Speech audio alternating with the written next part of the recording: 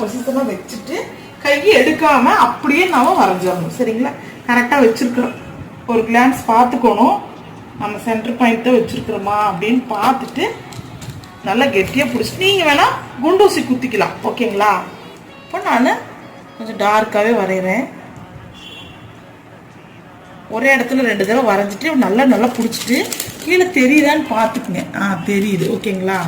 இப்போ நம்ம தைரியமாக இதில் வரைஞ்சிட்டு பாட்டை பொதுவாகவே பார்த்தீங்கன்னா ஆரிக்கு நம்ம இந்த இந்த கலர்லாம் கார்பன் யூஸ் பண்ண மாட்டோம்.